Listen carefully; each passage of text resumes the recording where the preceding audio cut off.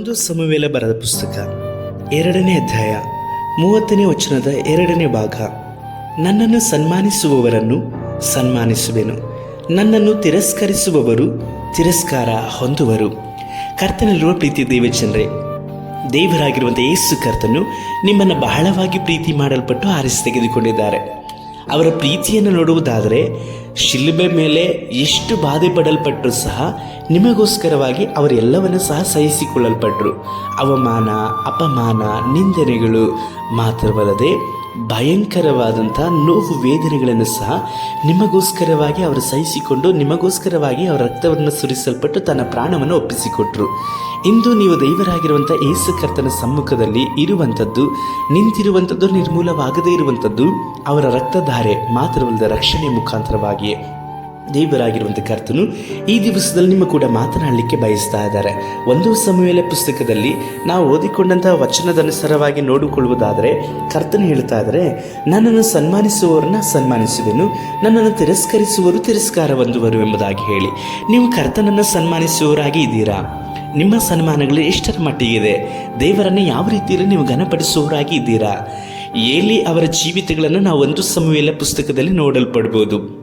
ಏಲಿಯು ದೇವರಾಗಿರುವಂಥ ಕರ್ತನಿಂದ ಆರಿಸಿ ತೆಗೆದುಕೊಳ್ಳಲ್ಪಟ್ಟಂಥ ಯಾಜಕನು. ಆದರೆ ದೇವರ ಸೇವೆಯನ್ನು ಮಾಡುವಂಥದ್ದು ಯಾಜಕರಿಗೆ ಮುಖ್ಯವಾದಂಥ ಕೆಲಸವಾಗಿತ್ತು. ನಿಶ್ಚಯವಾಗಿ ನೋಡುವುದಾದರೆ ಯಾಜಕರ ಸ್ವತ್ತು, ಹಣ, ಆಸ್ತಿ, ಸಂಪತ್ತು ಇದೆಲ್ಲವೂ ಸಹ ದೇವರಾಗೇ ಇತ್ತು.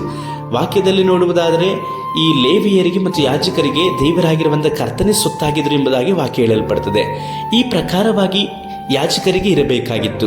ಆದರೆ ಏಲಿಯು ದೇವರಿಗಿಂತ ಹೆಚ್ಚಾಗಿ ತನ್ನ ಮಕ್ಕಳನ್ನೇ ಹೆಚ್ಚು ಪ್ರೀತಿ ಮಾಡ್ತಾನೆ. ಮಕ್ಕಳನ್ನೇ ಹೆಚ್ಚು ಪ್ರೀತಿ ಮಾಡೋದ್ರಿಂದ ಅವರನ್ನು ಗದರಿಸೋದಿಲ್ಲ, ಖಂಡಿಸೋದಿಲ್ಲ, ಎಚ್ಚರಿಸೋದಿಲ್ಲ. ಅವರು ದೇವರ ಆಲಯಗಳಲ್ಲಿ ಪಾಪಗಳನ್ನು ಮಾಡುವವರಾಗಿ ಇರ್ತಾರೆ.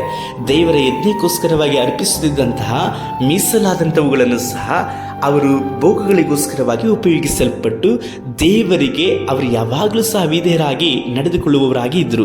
ಇದನ್ನು ಏಲಿ ಒಂದು ದಿನವೂ ಸಹ ಗದರಿಸಲಿಲ್ಲ, ಖಂಡಿಸಲಿಲ್ಲ. ಹಾಗಾಗಿ ದೇವರಾಗಿರುವಂಥ ಕರ್ತನು ಈ ಏಲಿಯನ್ನು ಅವನ ಕುಟುಂಬವನ್ನು ಬಾಧಿಸಲ್ಪಡುವಂಥದ್ದು ಮಾತ್ರವಲ್ಲದೆ ಯಾಜಕೋದ್ಯೋಗದಿಂದ ತೆಗೆಯಲ್ಪಡುವಂಥದ್ದನ್ನು ಸಹ ನಾವು ನೋಡುತ್ತೇವೆ. ಇಂದು ನಿಮಗೂ ಸಹ ಮಕ್ಕಳಿದ್ದಾರಲ್ವಾ? ನಿಮ್ಮ ಮಕ್ಕಳುಗಳನ್ನು ನೀವು ದೇವರ ಭಯದಲ್ಲಿ ಬೆಳೆಸ್ತಾ ಇದ್ದೀರಾ? ನಿಮ್ಮ ಮಕ್ಕಳನ್ನು ನೀವು ದೇವರಿಗಾಗಿ ಪ್ರತಿಷ್ಠಾಪಿಸಿ ಒಪ್ಪಿಸಿಕೊಡ್ತಾ ಇದ್ದೀರಾ? ಅವರು ಮಾಡಿದಂಥ ತಪ್ಪುಗಳನ್ನು ನೀವು ಅವರಿಗೆ ತಿಳಿಸಲ್ಪಟ್ಟು ಆ ವಿಷಯದಲ್ಲಿ ಪಶ್ಚಾತ್ತಾಪ ಪಡುವ ಹಾಗೆ ನೀವು ಕರ್ತನ ಸಮ್ಮುಖದಲ್ಲಿ ಅವರು ಕರೆತಂದುಕೊಂಡು ಅವರನ್ನು ನೀವು ನಡೆಸುವವರಾಗಿದ್ದೀರಾ? ಅಥವಾ ಆ ತಪ್ಪುಗಳು ಗೊತ್ತಿದ್ರೂ ಸಹ ನೀವು ಸುಮ್ಮನೆ ಮೌನವಾಗಿ ಇರುವುದಾದರೆ ಏಲಿ ಹಾಗೆ ನೀವು ಇರಲ್ಪಡ್ತೀರಾ? ನಿಶ್ಚಯವಾಗಿ ದೇವರು ಹೇಳ್ತಾ ಇದ್ದಾರೆ, ನನ್ನನ್ನು ಸನ್ಮಾನಿಸುವಂಥವ್ರನ್ನ ನಾನು ಸನ್ಮಾನಿಸ್ತೇನೆ, ನನ್ನನ್ನು ಯಾರು ತಿರಸ್ಕಾರ ಮಾಡ್ತಾರೋ ಅವ್ರನ್ನ ನಾನು ಸಹ ತಿರಸ್ಕಾರ ಮಾಡ್ತೇನೆ ಎಂಬುದಾಗಿ ಹೇಳಿ. ಪ್ರಿಯರೇ, ನೀವು ಪ್ರಾರ್ಥನೆ ಮಾಡಿ, ನೀವು ಆರಾಧನೆ ಮಾಡ್ತೀರಾ ನಿಜವೇ.